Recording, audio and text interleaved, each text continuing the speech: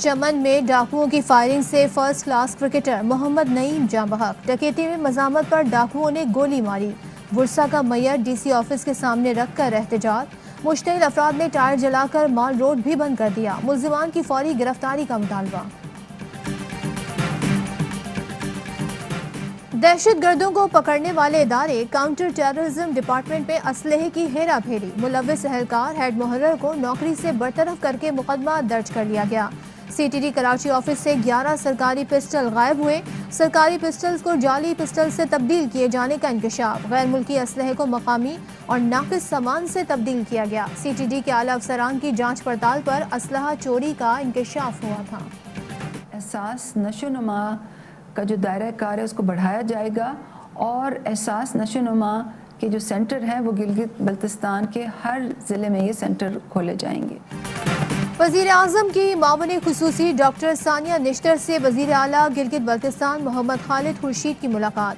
احساس کے پروگرام کو گلگت بلتستان میں مزید پھیلانے پر تبادلہ خیال. ڈاکٹر ثانیہ نشتر نے بتایا گلگت بلتستان میں مستحق گھرانوں کی نشاندہی کے لیے سروے جون تک مکمل ہو جائے گا. گلگت بلتستان کے تمام اضلاع میں احساس نشوونما مراکز کھولنے پر بھی اتفاق ہوا.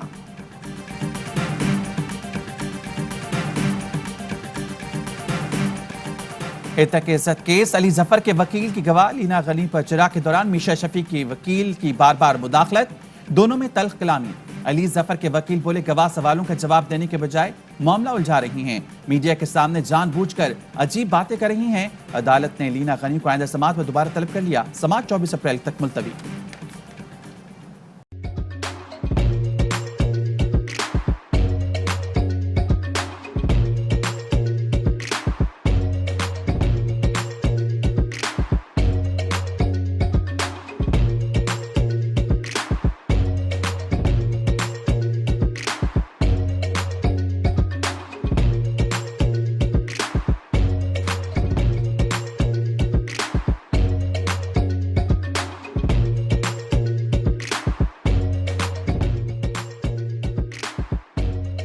بدلاً من توفير 来自阿拉巴马州的一名 Ape Nike 迪士尼